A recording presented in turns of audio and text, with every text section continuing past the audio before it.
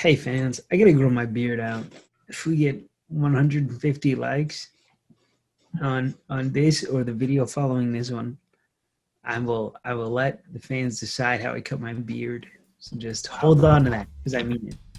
That's a big offer.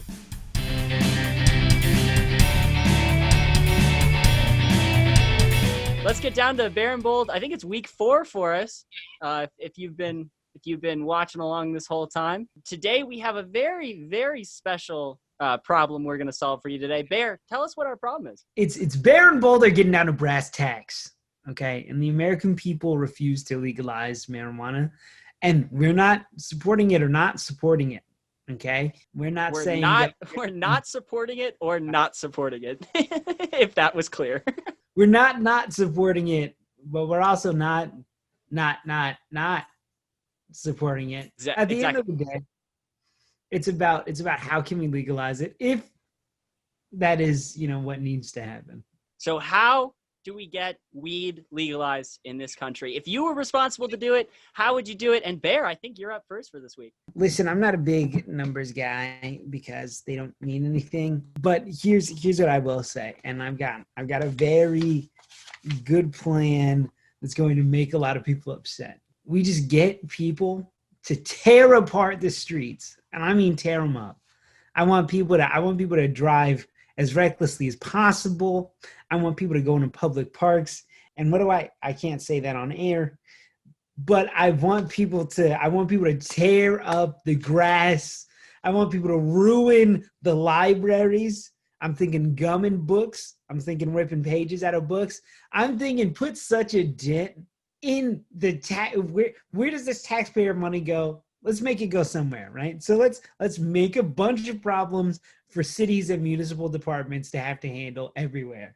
We're going to put such pressure, right, tax dollar pressure on cities everywhere and states everywhere. They're going to say, we need something that can possibly make up this tax money. You know what would save it? The incredibly high-taxed marijuana. They're going to have a need for weed, if you will. They're going to have a need for weed, okay? And all I'm saying is, at the end of the day, for those of you who don't know, marijuana is taxed much higher than anything else. The tax on marijuana is very, very large. We're going to put cities in such a huge hole that they're going to have to sell marijuana like gangbusters to survive. And I'm talking about everywhere. I'm talking to dispensaries in schools. I'm talking little smoking areas in schools. I think it's a really original idea. It's never been done. People are going to love that. I'm talking, marketing with cool marketing, with ads and messages that look really nice and they don't tell you anything about the product. They just look great. It's such an original idea. I'm thinking a cowboy, just in the middle of the desert, just riding, right? And I'm thinking we call him like the joint man. Is what I think we're going to call him. The joint man. Completely original. It's never ever, no corporation or industry does that. Hear me out. Can his slogan, can he turn back towards the camera as he lights up, and can he go the right to light, and then he lights it and rides into the sunset? I like it. I love where your head's at. The point I'm making is Big Tobacco does a bunch of stuff already that is so shady and has historically done shady stuff that we just say, listen, you know what you can tax more than you can tax tobacco? Weed. And the cities are destroyed. The second pronged attack, and this one is going to be controversial. Listen. Wow, that wasn't the controversial one? No. We're putting smoking lounges in schools, cough cough Big Tobacco, and that's pretty normal. Listen, man, it's been done. I'm saying there's a precedent for that. What I suggest is we push hard for lobbying, right?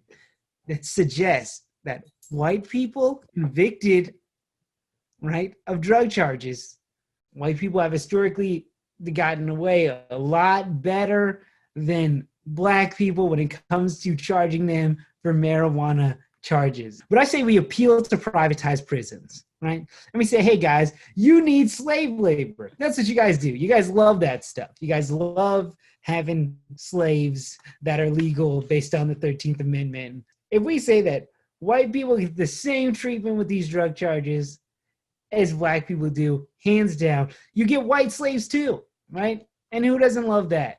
Okay, once white people start to get convicted at crazy high rates for weed,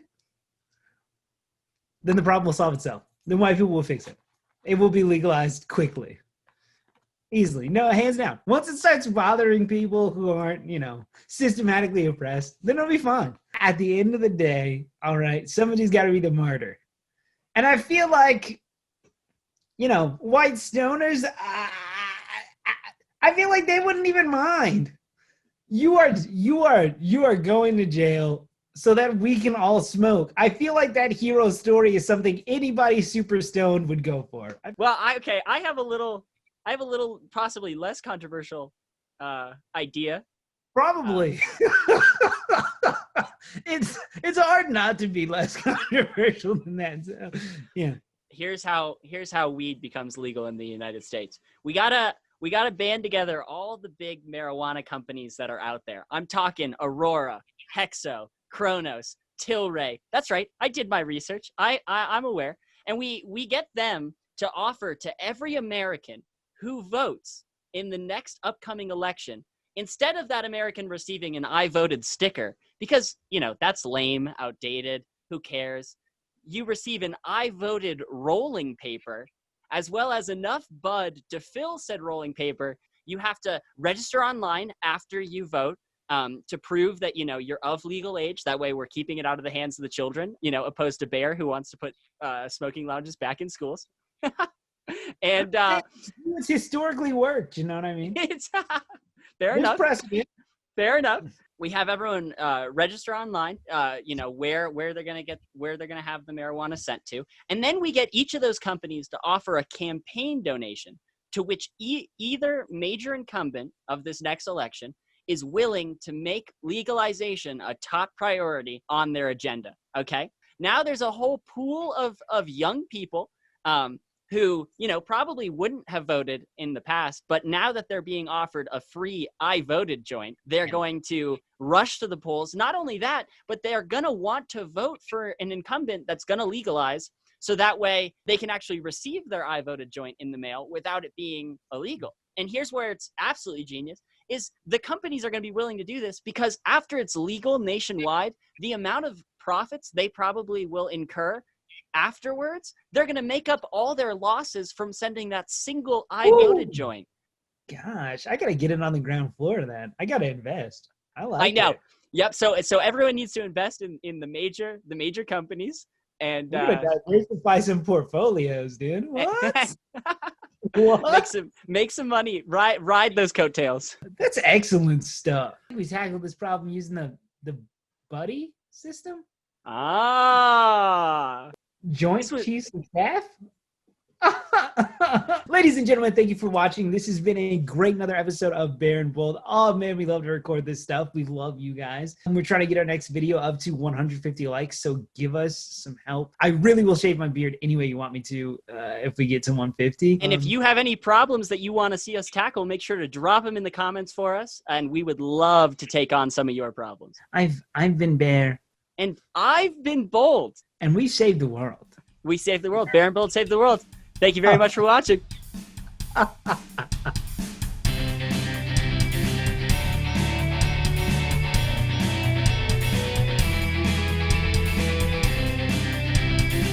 Comedy Bold.